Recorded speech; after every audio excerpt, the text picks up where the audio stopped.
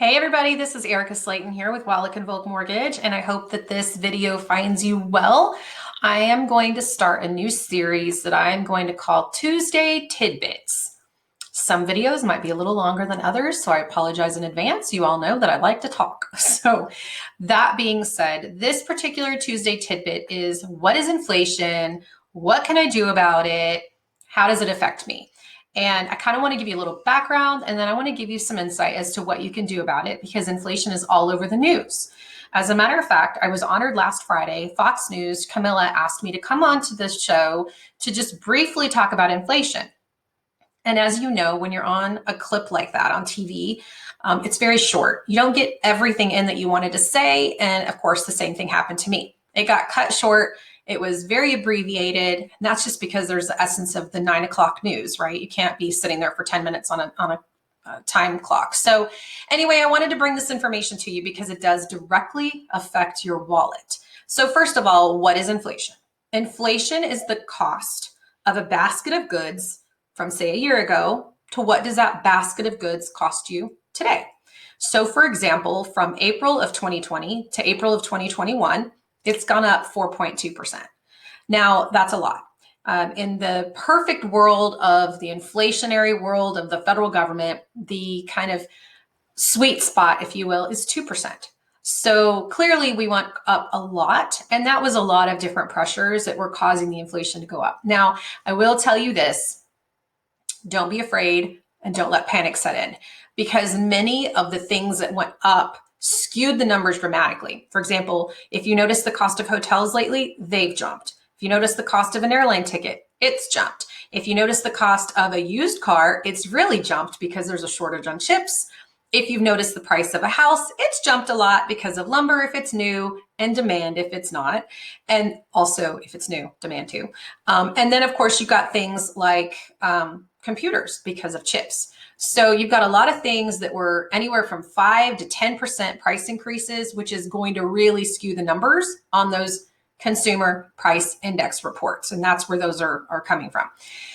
The other thing about that is, it's really important to note, is that the consumer price index was affected by those particular things that I just mentioned, those cost increases, which was only 7% of the US economy. So the other 93% of stuff was much, much lower as a percentage. So I just want to throw that out there, because you know what happens sometimes on the news. Sometimes we have fear mongering, and I don't want you to partake in that.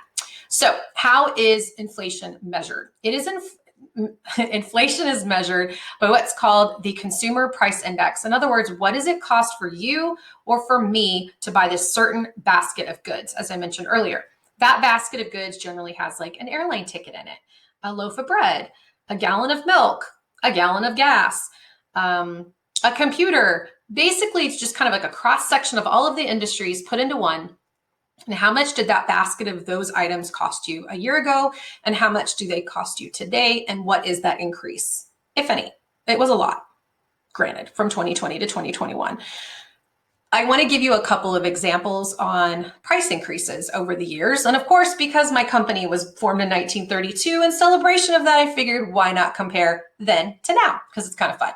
So a 24-pound sack of flour, which not very many of us buy that these days because that's a lot of flour, and we don't do a whole lot of baking except during COVID, when everybody seemed to all of a sudden learn how to bake bread, which is awesome because it tastes much better. Anyway, it was $7.76 as of right now for a 24-pound sack of flour. Back in 1932, though, it was 24 cents. That's a big, huge increase. A cup of coffee, one of my favorite things to drink, is or was anywhere from 5 to 20 cents in 1932. Just depends on where you got it. Now it's about $2.50 for a cup of coffee, not a latte, just a cup of coffee. A loaf of bread back then was 8 cents in 1932, and still about now, depending on if you're getting really bougie, could be $2 all the way up to like $5, just depends. And then a gallon of gas used to be 18 cents in 1932. And now it's $2.75 as of the current Texas average. Depends on where you get your gas from. But the bottom line is, things always go up in price, right? If you know, like my grandparents, when they bought a house, it was like $4,000, and now they're not. So that's just one of those things that prices inevitably will go up. It's just a matter of the speed in which they go up. So you have to watch your budget. basically, one of the other things that I wanted to give you with this video was kind of going through what can you do to insulate or protect yourself and your family and your wallet from inflation. So I want to give you some tips and some advice. First of all, let me just throw out there, I am not a financial advisor. I am a mortgage advisor. I happen to have a finance degree, but that does not mean that I am a financial advisor that can invest in stocks for you. So please do consult with that professional if you want to do that. Number one is obviously, I'm a huge proponent of the emergency rainy day fund. I'm a very big proponent of it because I see a lot of bank account statements, and I can tell you that not very many people have money in case the proverbial poop hits the fan. So I really believe that that is one of those things that you should have set aside at least 6 months worth of expenses, so that if something bad was to happen, like last year, that you would have the money to pay your bills and you wouldn't be in full-on panic mode. So that's the first thing I would say, is keep your emergency fund going. Do not splurge on things when prices go up. Be very careful on what you're buying. Clearly, you want to buy in bulk if it saves you money, but you don't want to buy in bulk if you don't have any place to store it, or if it goes bad, because that's completely wasting your money. You could do things like, and I've done a video on this before, you've probably seen it on my Facebook or my YouTube, but you could cut areas like maybe if you have a streaming service that you don't use. For example, we had Hulu and Netflix. My kids weren't watching Hulu, they were watching Netflix. I was like, toss Hulu because they're not using it. So you could cut down on streaming services, you could cut down on cable if you don't use it or don't watch it. Auto deliveries that maybe you have that you never actually use. I had one of those. I was like, this is silly, waste of money. Memberships that you don't use, maybe like the gym, but go through your budget with a fine-tooth comb to be prepared and get rid of some of that slush that you don't really need. So that's kind of like the big thing for me, is just budgeting, watching your budget.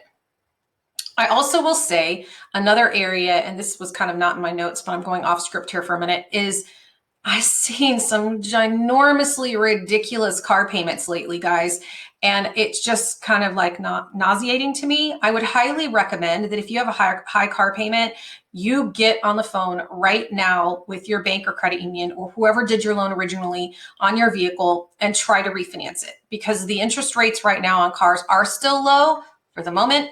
So I would highly recommend that you get that thing refinanced, if at all possible, to save yourself some money. I have had some clients recently I've made that recommendation to, and they've saved $100, $150 a month. So I do recommend that you do that just to kind of save yourself some cash. So where can you invest your money or save your money if you happen to have the extra disposable income? Because even $100 makes a difference.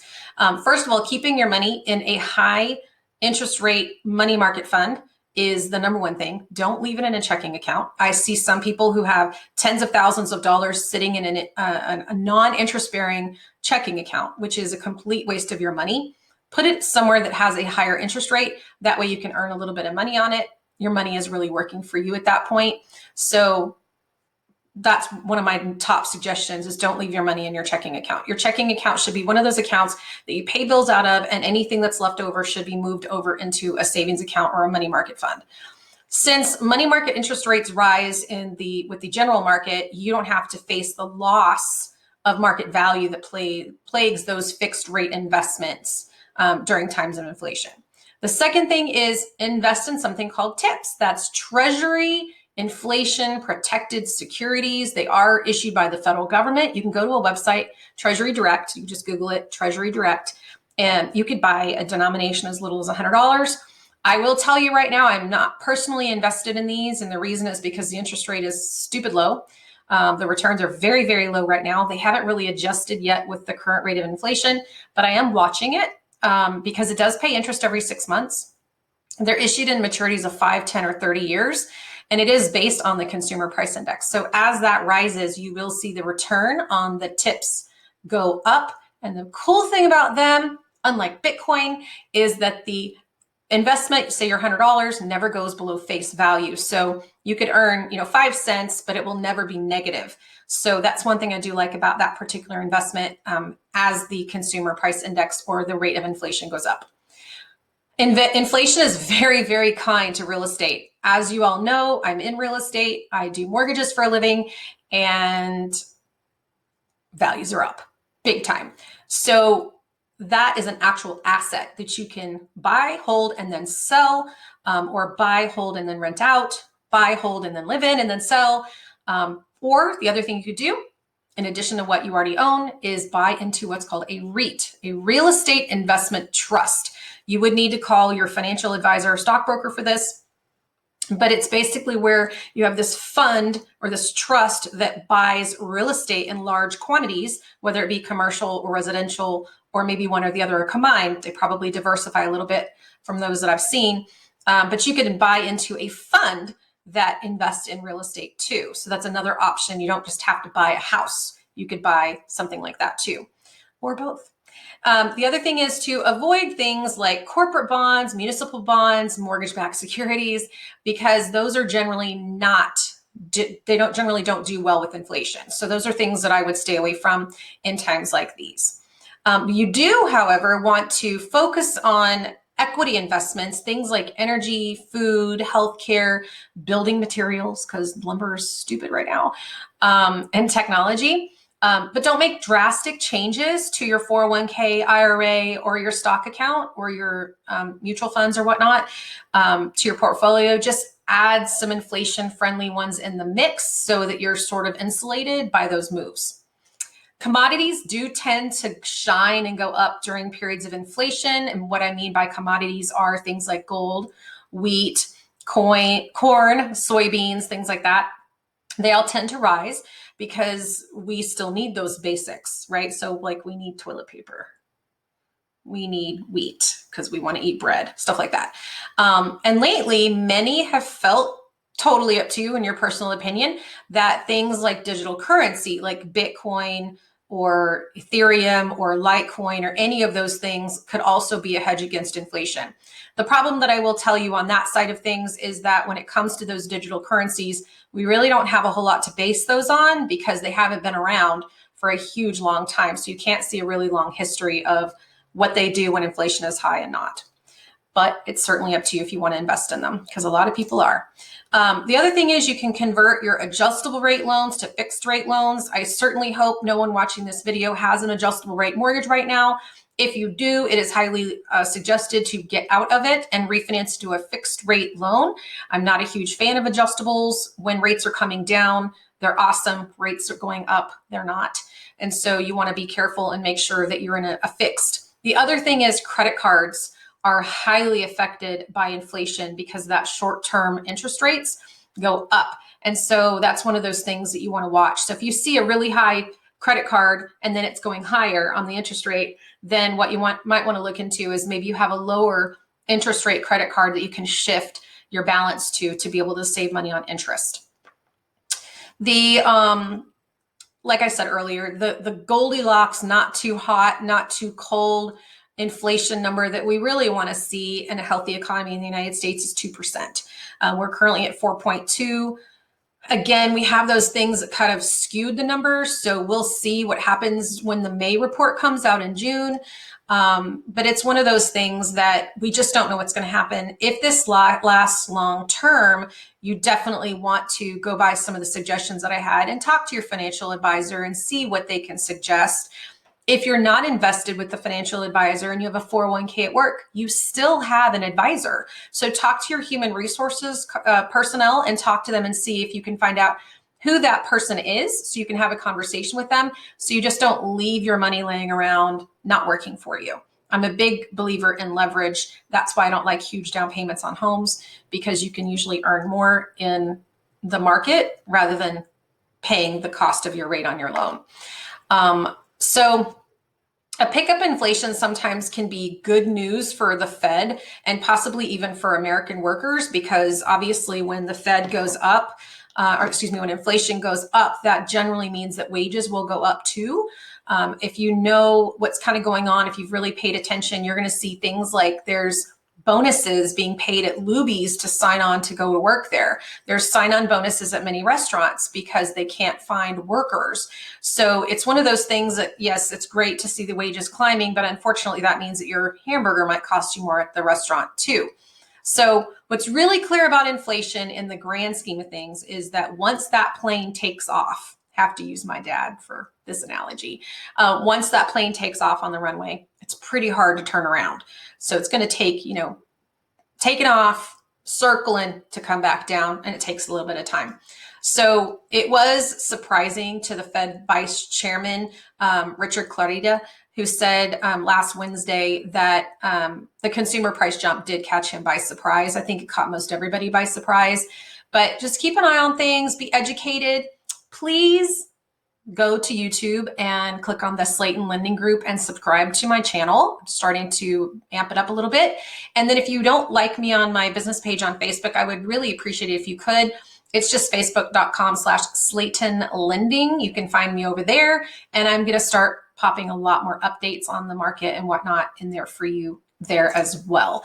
I look forward to talking with you soon. If you have any questions for me, if you know anybody that wants to buy a house or refinance, I'm your girl. So we'll talk to you soon. Y'all have a great one. Thanks for listening.